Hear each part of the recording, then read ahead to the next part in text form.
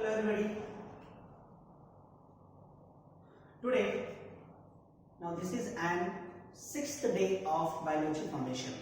Okay. In biology subject, first day of the biology foundation, we studied introduction to biology topic. Okay. So in that introduction to biology, we studied about the branches of biology. You know that different branches are there, but from that the most important branches which are useful in 11th and 12th syllabus, that is morphology, anatomy and physiology. So that three branches we taken for study in today's biology foundation course. Okay, so one by one we will be studying about the morphology, anatomy and physiology. From that, the first is an morphology.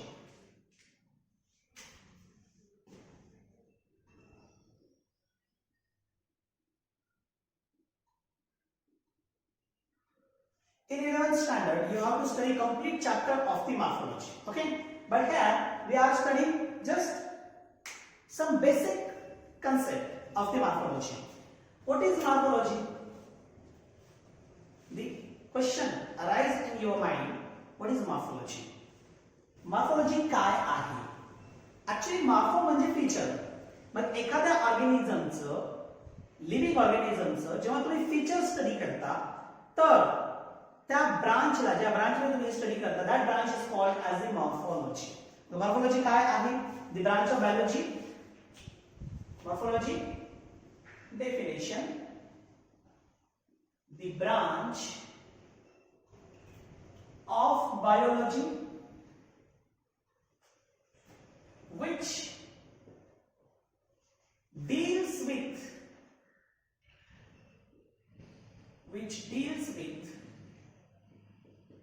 study of features of living organisms. That is we call morphology. जेव्हा आपण living ऑर्गॅनिझमचे features study करतो, तर तेव्हा आपण म्हणतो morphology. आता समजा हे जे फीचर्स आहेत, मग these features if they are internal, जर ते इंटरनल असतील तर त्याला आपण म्हणतो internal morphology. That is we called internal morphology. आणि जर समजा हे फीचर्स एक्सटर्नल असतील, if they are external, then it is called as external morphology.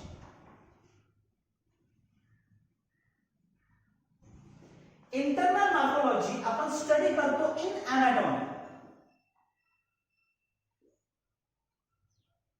Internal morphology आपण स्टडी करतो anatomy मध्ये, आणि एक्सटर्नल मॉर्फोलॉजी हे एक्सटर्नल फीचर्सच्या बाबतीत स्टडी करतो. मग या टाकल्यामध्ये तुम्हाला मॉर्फोलॉजी स्टडी करायचं आहे ते फक्त एक्सटर्नल मॉर्फोलॉजी आहे, नॉट दी इंटरनल. मग सेपरेट तुम्हाला अनाटॉमी हा एक टॉपिक एनसीईआरटी लेवलला स्टडी करायचा आहे. ठीक आहे, तर आपण एक्सटर्नल फीचर कडे जाऊया. आता प्रत्येक living organism structurally different organisation show करतो. Every living organism show structurally different organisation. मग आता कसं असेल, मॉर्फोलॉजीचा विचार आपण केला तर समजा for example every living organism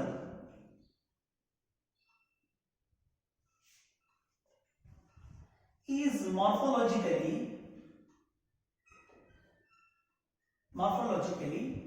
different. प्रत्येक लिव्हिंग ऑर्गॅनिझम हे मॉर्फोलॉजिकल डिफरंट आहे आणि म्हणूनच लिव्हिंग ऑर्गॅनिझम डायव्हर्सिटी शो करतो. मग यामध्ये फर्स्ट थिंग समजा आपण घेतलं बॅक्टेरिया. ठीक आहे, तर बॅक्टेरिया त्याची बॉडी कन्सिस्ट करतं. कसं कन्सिस्ट करतं, तर bacteria consist, it is formed by prokaryotic cell. ठीक आहे, म्हणून हा कसा आहे, युनिसेल्युलर आहे आणि म्हणून हा सिंपल ऑर्गनायझेशन शो करतो. ठीक आहे, हे झालं अबाउट बॅक्टेरिया. मग बॅक्टेरियामध्ये काय असते सर आपण त्याच्या स्ट्रक्चरमध्ये सेपरेटली स्टडी केलेलं आहे. सेकंड ऑर्गॅनिझम आहे समजा that is plants. Plants formed by eukaryotic cell. Okay. आता eukaryotic cell नसल्या कारणाने they are multicellular. मल्टीसेलर असल्या कारणाने हे कॉम्प्लेक्स झाले. ठीक आहे. आता कॉम्प्लेक्स झाले म्हणजे कसं तर they show root, stem and leaves. ठीक आहे ना. मॉर्फोलॉजी काय झाली इथं बदलली, चेंज झाली. आपण पुढे जाऊया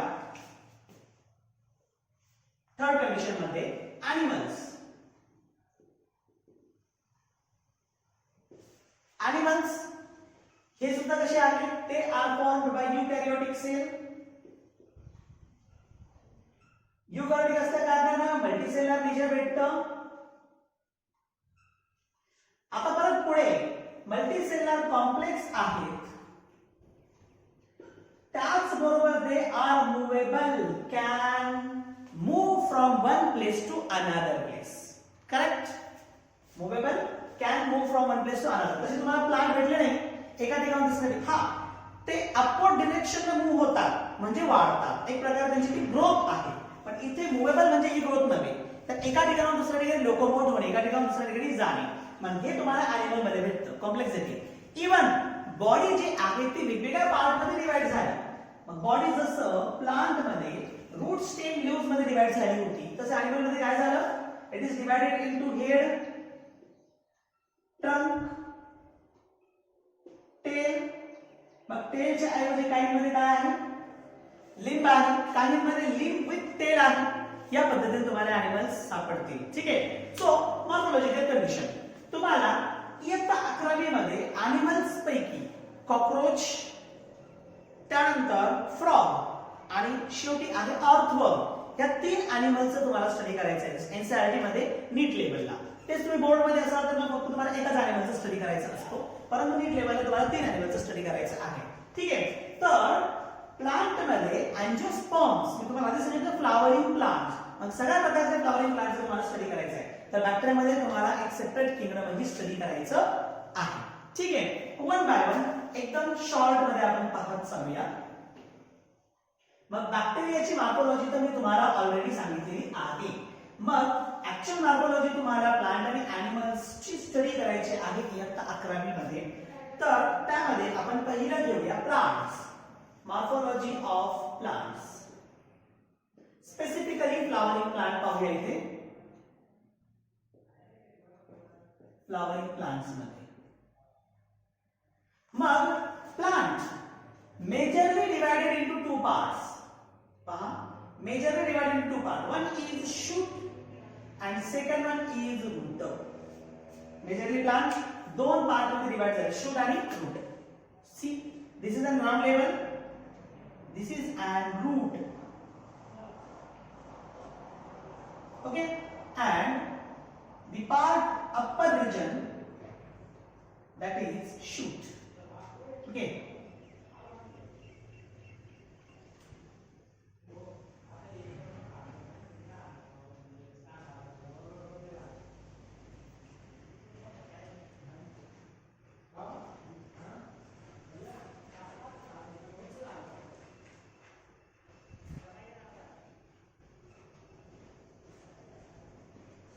ठीक आहे.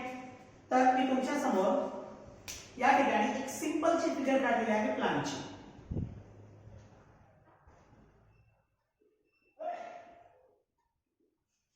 हा जो पार्ट आहे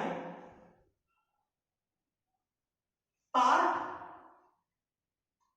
above the soil level that is shoot and part below the soil that is called as a root. ठीक आहे. तर या 2 पार्ट मध्ये फ्लॉवरिंग प्लांट डिवाइड झाले. Again, shoot divided into various structures. Plant मध्ये शूट जे आहे ते वेरियस स्ट्रक्चर मध्ये डिवाइड झाले. सी शूट मी इथेच क्लिअर केलं पहा. It is a stem, it is leaves, flower, plant मोठा असेल ब्रांचेस पण पाहायला भेटतात. ठीक आहे. तर shoot divided into various structures. मग ज्यामध्ये स्टेम, देन लीव्स स्टेम मध्ये परत ब्रांचेस पण आहेत. त्यानंतर फ्लावर आणि फ्लावरचं रूपांतर नंतर फ्रूट मध्ये होतं. ठीक आहे. So these are all 4 component of the shoot. हे 4 शूटचे कंपोनेंट आहेत. 5. त्यामध्ये फर्स्ट स्टेम काय आहे? It is an erect, may be branched or unbranched. सरळ असतो, ब्रांच असतील किंवा नसतील. तुम्ही पाहिलं समजा ब्रांच म्हटलं तर एक्झाम्पल मँगो आणि अनब्रांच म्हटलं तर एक्झाम्पल तुम्ही घ्या जोआर. ब्रांचेस नाही आहेत. क्लिअर झालं? इव्हन तुम्ही बनाना घेऊ शकता, कोकोनट घेऊ शकता, मँगो व्यतिरिक्त आणखीन प्लांट तुम्ही घेऊ शकता. म्हणजे झालं हे स्टेम बाबत. आता stem characterized by presence of nodes and internodes. There is presence of nodes and internodes. कसं? इथेच दाखवतो. सी हे आहेत नोड आणि हा जो मधला पार्ट आहे दॅट इज अन इंटरनोड. ठीक आहे. So, stem having the nodes and internodes. Third thing, stem हे upward direction ने वाढलेले असतात म्हणजे towards sunlight. They are positively phototropic. तसं शूट साठी सेपरेट फीचर आहे तो, कारण फक्त स्टेम विथ लीव्स काय होतात ते पॉझिटिव्हली फोटोट्रॉपिक आहेत. ठीक आहे.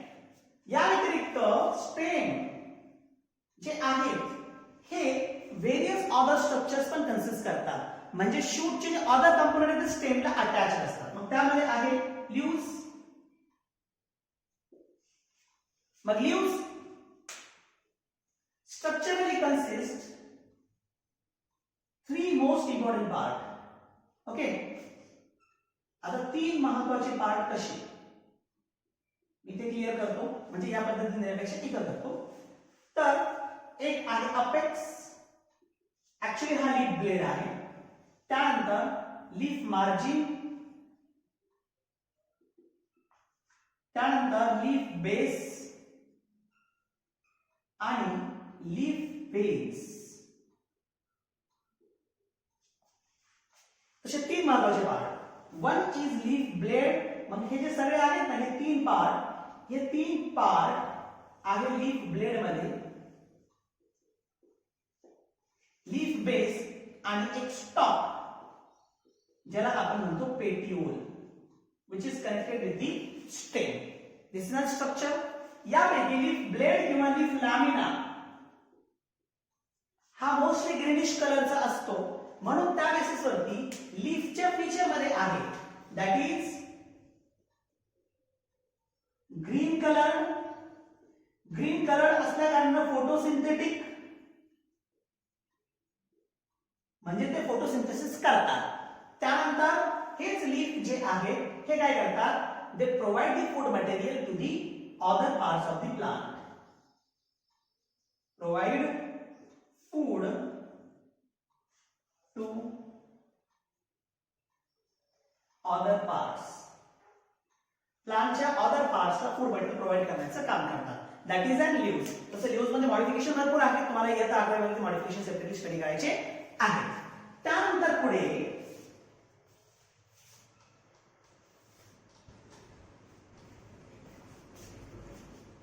ब्रांचेस आपण वरतीच बघितले. Flower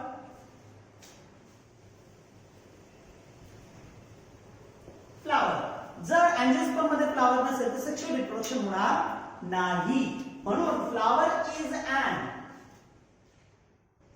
reproductive structure of plant. Flower हा प्लांटचा रिप्रोडक्टिव्ह स्ट्रक्चर आहे. इवन तसं फ्लावरचे यूज भरपूर आहे. म्हणजे जर आपण विचार केला तर इन्सेक्ट मध्ये बटरफ्लाय असेल किंवा अदर काही इन्सेक्ट आहेत तर त्यांना फूड मटेरियल अवेलेबल होतं फ्रॉम दी फ्लावर. ठीक आहे. चला, तर फ्लावर हा रिप्रोडक्टिव्ह वर्क आहे किंवा रिप्रोडक्टिव्ह पार्ट आहे प्लांटचा. मग this part of plant for the purpose of reproduction having 4 important words. त्याच्या स्ट्रक्चर मध्ये 4 महत्वाचे वर्ड्स आहेत. 4 वर्ड्स ज्यामध्ये 2 इसेन्शियल आहेत, सॉरी नॉन इसेन्शियल आहेत, म्हणजे सपोर्ट करतात रिप्रोडक्शन साठी, आणि 2 इसेन्शियल आहेत ज्याच्याशिवाय रिप्रोडक्शन होऊ शकत नाही. मग नॉन इसेन्शियल वर्ड मध्ये जे आहे त्यामध्ये एक आहे कॅलिक्स आणि दुसरं करोला. तुम्हाला माहित आहे कॅलिक्स तयार झाले सेपल पासून म्हणजे त्याची पाने, आणि करोला पेटल पासून म्हणजे त्याची पान. तुम्ही कसं ओळखशाल? How you will be identify the calyx and corolla? मग simple way, by simple way you can identify the calyx and Corolla.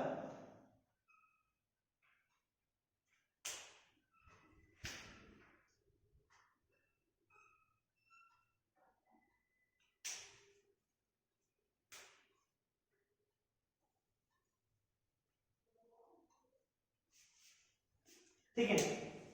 आता तुम्हाला जर समजा इथे बेसला पहा ग्रीनिश कलरचे लीफ सारखे स्ट्रक्चर दिसतात पाहायला. आधी फ्लावर जेव्हा यंग कंडिशन मध्ये असतो, बड मध्ये असतो, तर पूर्ण ग्रीन असतो, तर तो हाच आहे. नंतर तो ओपन होतो. हा खाली थॅलॅमस आहे. ठीक आहे. हे ग्रीन कलरचं स्ट्रक्चर. तर दिस इज अन कॅलिक्स, कारण हे सेपल्स आहेत. ठीक आहे. तुम्हाला ब्राईट कलरचं स्ट्रक्चर इथे लाल कलरचं दाखवलंय, तर ब्राईट कलरचं स्ट्रक्चर जर तुम्हाला पाहायला भेटत असेल फ्लावर मध्ये तर तो आहे करोला. ठीक आहे. आणि करोला हे पेटल्स पासून तयार झाले. हे सिंगल जे आहेत ते सगळे पेटल्स आहेत. तर हे आहेत नॉन इसेन्शियल वर्ड्स. या व्यतिरिक्त हे अदर स्ट्रक्चर तुम्हाला पाहायला भेटतात इथं. दिस इज अन थॅलॅमस, आणि हा स्टॉप ज्याला आपण पेडिसेल म्हणतो. ठीक आहे. पेडिसेल असेल नसेल कंपल्सरी नसतं. आता या व्यतिरिक्त इसेन्शियल वर्ड जे महत्वाचे आहेत त्यामध्ये एक आहे जे तुम्हाला माहित आहे अँड्रोशियम. हा मेल वर्ड मेल पार्ट फ्लावरचा कन्सिस्ट करतो. तर दुसरं आहे गायनोशियम, हे फिमेल पार्ट कन्सिस्ट करते. हे साइन आहेत मेल आणि फिमेलचे. मग अँड्रोशियम गायनोशियम यामध्ये कसे आहेत? तर गायनोशियम सी इथे आतमध्ये ovary, then this is a style and then this is a stigma. ठीक है. हे झालं गायनोशियम. This is gynoecium. आणि अँड्रोशियम जे आहेत हे तुम्हाला इथं परागकण तयार करणारे किंवा पोलन ग्रेन्स तयार करणारे अँथर्स दिसतील. ठीक आहे. सो दीज आर अँड्रोशियम, जे 3 पार्ट पासून तयार झाले. जसं गायनोशियम तयार झालं पहा तसं स्टिग्मा, स्टाईल आणि ओव्हरी या पार्ट पासून तयार झाला. तर अँड्रोशियम अँथर हा फिलामेंट आणि मध्ये कनेक्टिव्ह असतो. तर ह्या पार्ट पासून तयार झाला. This is an flower. Essential word का? कारण हे मेल आणि फिमेल आहे. यांच्याशिवाय गॅमेटच तयार होऊ शकत नाही, आणि जर गॅमेट तयार होऊ शकत नसेल तर रिप्रोडक्शन होणार नाही. So flower is a male reproductive word. पुढे जाऊ आपण आता फ्रूट कडे. मग हेच फ्लावर नंतर काय होतं? आफ्टर रिप्रोडक्शन फ्रूट मध्ये कन्वर्ट होतो. So these are all parts of shoot. हे सगळे कोणते पार्ट होते? These are all parts of the shoot. पुढे जाऊया आपण रूट कडे.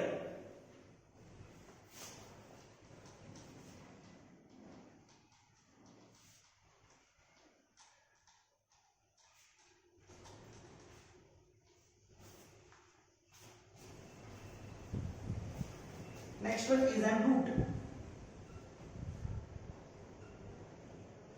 आता रूट जो आहे तर तो कुठे वाढतो? जमिनीखाली. म्हणून याला आपण म्हणतो निगेटिव्हली फोटोट्रॉपिक म्हणजे वरती वाढत नाही, खाली पाण्याकडे जातो पॉझिटिव्हली जिओट्रॉपिक, ॲज वेल ॲज खाली त्याच्याही खाली जर आपण गेलो जमिनीमध्ये तर देर इज अँड वॉटर, पाणी अवेलेबल आहे, तर पॉझिटिव्हली हायड्रोट्रॉपिक.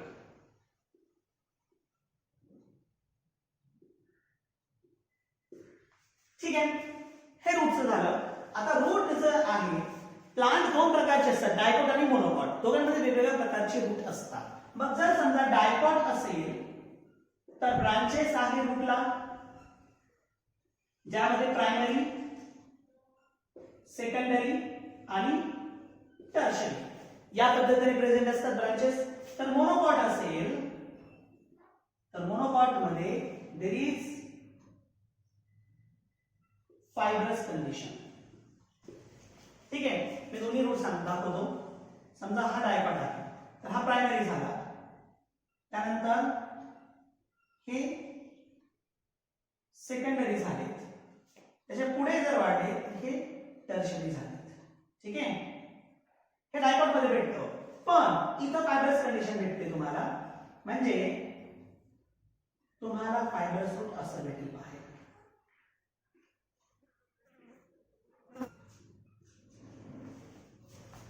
ठीक आहे, so this is a dicot root, this is an monocot. आणि रूटचं काम काय आहे? The most important function of the root, that is provide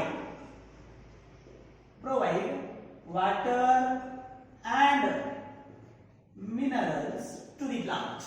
route काय करतं? वॉटर आणि मिनरल्स प्रोव्हाइड करतं प्लांट साठी. ठीक आहे, आपल्याला यांचे सगळ्यांचे मॉडिफिकेशन्स पाहिजे आहेत. त्यानंतर स्ट्रक्चरल डेप्थ मध्ये पण जायचं आहे, कारण ते इयत्ता 11 मध्ये जाणार आहोत. दिस इज अबाउट द मॉर्फोलॉजी. पुढे जाऊया आपण आता अनाटॉमीकडे.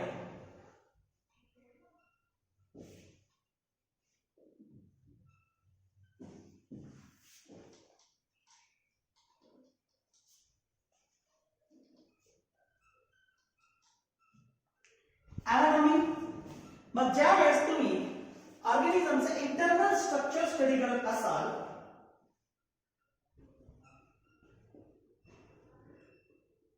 anatomy, that is study of internal structure of an organism. ऑर्गॅनिझमचं इंटरनल स्ट्रक्चर जेव्हा स्टडी करतात तेव्हा आपण काय म्हणतो? अनाटॉमी. याच्या आपण मॉर्फोलॉजीचे सगळे एक्सटर्नल फीचर्स बघितले. मग अनाटॉमी मध्ये आतमध्ये जावं लागेल. मग internally plant and animals both are internally plants and animals. हे मी फक्त माहितीसाठी लावले घेतले.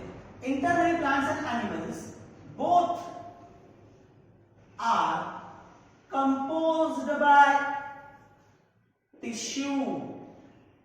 तुम्ही कशापासून तयार झाले? Tissue. What is tissue?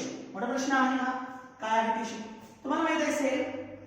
Okay, this is single cell. जेव्हा ग्रुप ऑफ सेल येतात, when there is an group of cells, then this is called as a tissue. परंतु अशीच त्याची डेफिनेशन तयार होत नाही. मग कशी डेफिनेशन तयार होईल याची? Group of cell, group of cells with having similar origin, म्हणजे एकाच ठिकाणावरून तयार झाले असतील, and which having similar function,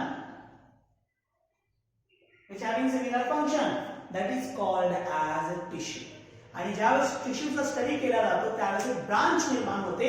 that branch is called as a histology. Me Naveen word तुम्हाला सांगितले, study of tissue. The branch of biology which deals with the study of tissue called as histology. ठीक आहे. मग प्लांट्सच्या बाबतीत different type of tissues plant मध्ये present आहेत. मग ते कसे? इंटरनली दोन महत्त्वाचे टिश्यू आहेत, सिंपल आणि दुसरं आहे परमनंट. सिंपल आणि permanent. Simple tissue mostly living असतात पण परमनंट टिश्यू मोस्टली डेड असतात. दीज आर मोस्टली लिव्हिंग आणि हे मोस्टली डेड. याचा अर्थ असा नाही की पूर्णपणे डेड असतील, कारण याच्यामध्ये काही लिव्हिंग पण असतात. ठीक आहे, चला तर सिंपल टिश्यू. तर सिंपल टिश्यू मध्ये डिफरंट टाइप ऑफ टिश्यू आहेत, परंतु मी तुम्हाला काही महत्त्वाच्या टिश्यूंची नावं देतो. त्यामध्ये एक दॅट इज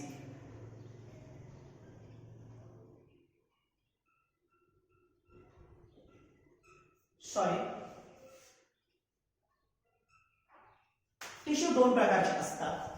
टिश्यू मध्ये सिंपल नाही तर मेरिस्टमॅटिक टिश्यू. इथे थोडस चुकलंय माझं. तर मेरिस्टमॅटिक टिश्यू परमनंट म्हणजे सिंपल आणि कॉम्प्लेक्स येतो. तर मेरिस्टमॅटिक टिश्यू जे मोस्टली लिव्हिंग असतात आणि परमनंट टिश्यू जे मोस्टली डेड असतात. Now what is मेरिस्टमॅटिक? तर मेरिस्टमॅटिकचं मीनिंग असं होतं की जे सेल्स ज्यांच्यामध्ये असे सेल्स आहेत जे कंटिन्यू डिवाइड होतात, म्हणजे consist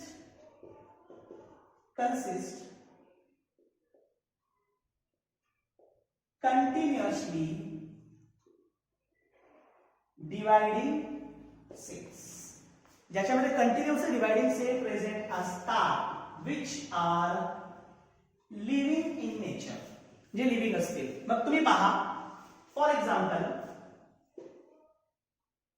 shoot अपायसिस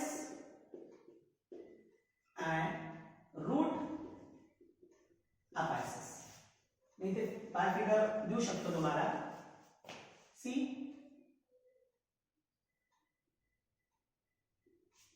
route apex, shoot apex. It shows continuous growth, it shows continuous growth.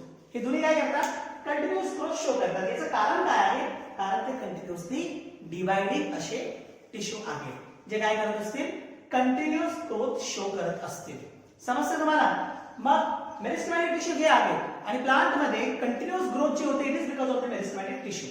Permanent काय आहे? याच्यामुळे ग्रोथ होणार नाही पण ग्रोथला मदत केली जाईल. मग परमनंट मध्ये दोन प्रकार. Permanent there are two types. One is simple and second one is complex. Simple म्हणजे एकाच प्रकारचे सेल ज्यामध्ये असतात आणि कॉम्प्लेक्स म्हणजे डिफरंट टाइप ऑफ सेल्स ज्यामध्ये असतात. मग सिंपल मध्ये एक आहे पॅरेन्कामा, दुसरं आहे कोलेनकामा आणि तिसरं आहे स्क्लेरेनकामा. प्रत्येकाचे इनडेप्थ आपल्याला इयत्ता 11वी मध्ये स्टडी करायचं आहे. यापैकी हे दोन जे आहेत ते लिव्हिंग आहेत आणि हा डेड आहे. कोणतं? स्क्लेरेनकामा. हे पॅरेन्कामा आणि कोलेनकामा नॉर्मली तुम्ही डोळ्याला पाहता, लीव्स मध्ये समजा पाहत असतील तर हे दोन प्रकारचे टिश्यू तुम्हाला पाहायला भेटतात. स्क्लेरेनकामा तुम्ही स्टेम मध्ये पाहता, एक्सटर्नली जो बार पाहता ना तुम्ही, एक्सटर्नली जो पार्ट जो तुम्हाला असा भेगा पडलेला किंवा फाटलेला पार्ट दिसतो तो स्क्लेरेनकामा असतो. ठीक आहे. तर कॉम्प्लेक्स ज्याला तुम्ही याच्या आधी पण स्टडी केलेला आहे आणि जे प्लांट साठी एक प्रकारे ट्रान्सपोर्ट सिस्टीम फॉर्म करतात. ट्रान्सपोर्ट म्हणजे काय? समजा रूट वॉटर आणि मिनरल्स प्रोव्हाइड करतं ना, तर हे वॉटर आणि मिनरल्स काय होतं? तर with the help of vascular tissues हे प्लांटच्या प्रत्येक पार्ट पर्यंत पोहोचवलं जातं. सिमिलरली लीफ जे काही फूड मटेरियल तयार करतो तेच वस्कुलर टिश्यू थ्रू प्लांटच्या प्रत्येक पार्ट पर्यंत पोहोचवलं जातं. मग ते जे वस्कुलर टिश्यू आहे ते कॉम्प्लेक्स मध्ये येतात, ज्यामध्ये एक आहे झायलेम आणि दुसरं आहे फ्लोएम. तुम्हाला माहिती आहे झायलेम वॉटर आणि मिनरल्स कॅरी करतो. Xylem carries the water and minerals आणि फ्लोएम हा फूड मटेरियल कॅरी करतो. ठीक आहे. So these are all about the anatomy of the plants. In depth आपल्याला परत स्टडी करायचं आहे इयत्ता 11वी मध्ये.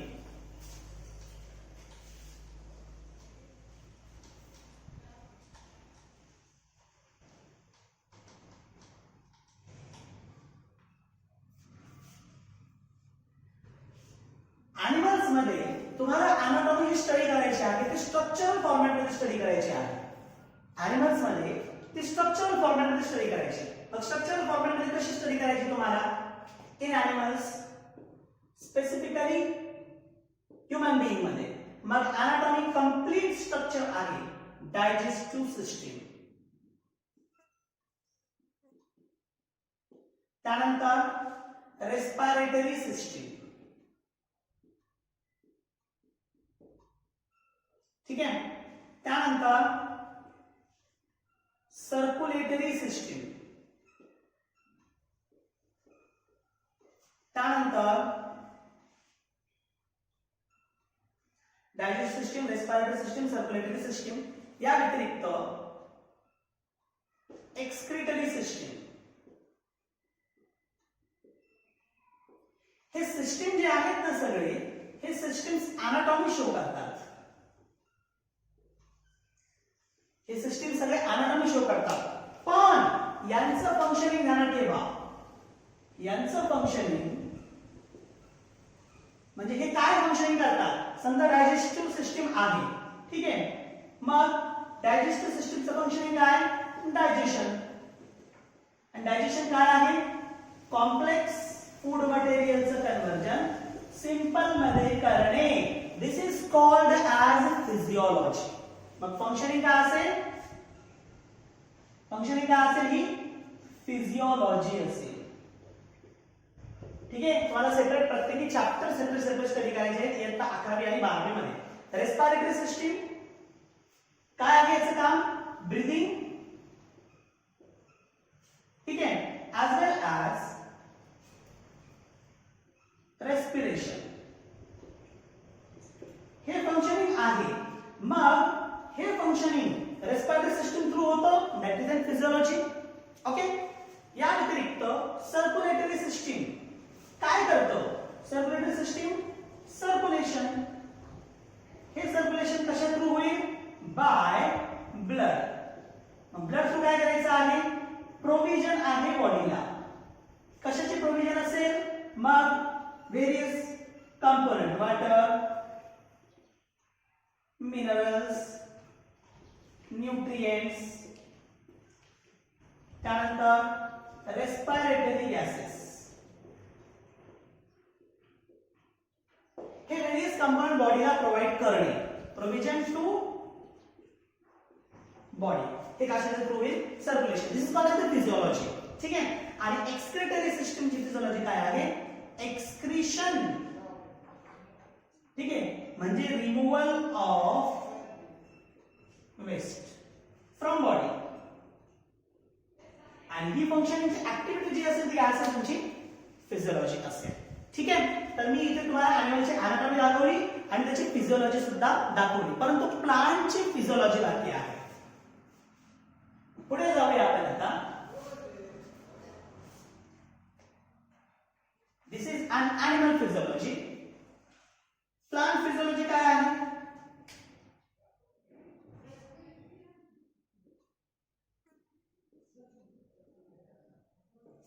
प्लांट फिजिओलॉजी काय आहे? तर प्लांट फिजिओलॉजी मध्ये एक आहे transport of material. Transport of material. मग इथे ट्रान्सपोर्ट साठी अनाटॉमिकल स्ट्रक्चरचा वापर केला जातो, जे तुम्ही प्लांट मध्ये स्टडी केलं. मग ते कसं? जर ट्रान्सपोर्ट आहे, मग ट्रान्सपोर्ट वॉटर आणि मिनरल्स असेल, वॉटर अँड मिनरल्स. जर याचं ट्रान्सपोर्ट असेल तर it is by xylem. This is anatomical structure of the plant. Okay. Second, transport of food material असेल and nutrient. Transport of food and nutrient. So it is by flowing, which is an anatomical structure. आणि हे दोन ट्रान्सपोर्टेशनचे physiological functioning झाले. हे एक झालं. ठीक आहे. एक दुसरी फिजिओलॉजी प्लांट मध्ये आहे, that is growth and development.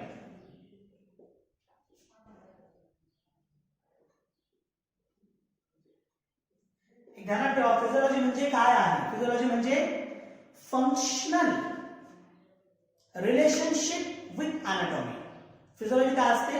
Anatomy बरोबरची फंक्शनल रिलेशनशिप असते. म्हणजे बॉडीमध्ये प्रेझेंट असलेले वेरियस स्ट्रक्चर्स फंक्शनिंग कसं करतात, मग ही फंक्शनिंग बाय फिजिओलॉजिकल ऍक्टिव्हिटी असते. मग मोस्टली ही फंक्शनिंग रिएक्टिव्ह मेकॅनिझमद्वारे बॉडीमध्ये केली जाते. म्हणून फिजिओलॉजी ही मेटाबॉलिझमद्वारे डिक्टेट केली जाते. इथे येऊ आपण ग्रोथ आणि डेव्हलपमेंट. मेटाबॉलिझम नंतर ग्रोथ आणि डेव्हलपमेंट होते. मग ग्रोथ आणि डेव्हलपमेंट ही सुद्धा फिजिओलॉजिकल ऍक्टिव्हिटी आहे प्लांट मध्ये. यानंतर थर्ड, मग formation of food material, photosynthesis. मग लाईट, ठीक आहे. त्यानंतर CO2 कार्बन डायऑक्साइड, त्यानंतर वॉटर, या सगळ्यांचा यूज करायचा आहे आणि फूड मटेरियल तयार करणे. ही process is called as the photosynthesis. मी हे सिंपल फॉर्म मध्ये तुम्हाला दिलेले आहे. तर ही फोटोसिंथेसिस ही फिजिओलॉजिकल ऍक्टिव्हिटी आहे प्लांट मध्ये. आणि शेवटी रेस्पिरेशन. रेस्पिरेशन सिंपली ऑक्सिडेशन करायचंय कशासाठी? To form ATP, that is an energy. To form ATP, that is an energy. तर ही जी प्रोसेस असेल, that is a respiration, which is a physiological activity of the plants. Okay, so this is all about morphology, anatomy and physiology. हे तीनही तुम्हाला चांगल्या पद्धतीने समजलेले असतील. तुमच्यासाठी होमवर्क आहे मॉर्फोलॉजी, फिजिओलॉजी आणि अनाटॉमी, किंवा मॉर्फोलॉजी, अनाटॉमी आणि फिजिओलॉजी तिघांना डिफरन्शियल फॉर्म मध्ये तुम्हाला लिहायचं आहे. म्हणजे differentiate the morphology, anatomy and physiology. This is an question. लिहून घ्या. हे सॉल्व्ह करून मला काय करायचंय? माझ्या पर्सनल अकाउंट वरती ट्रान्सफर करायचं आहे. Okay, so this is an end of day 6. Thank you very much.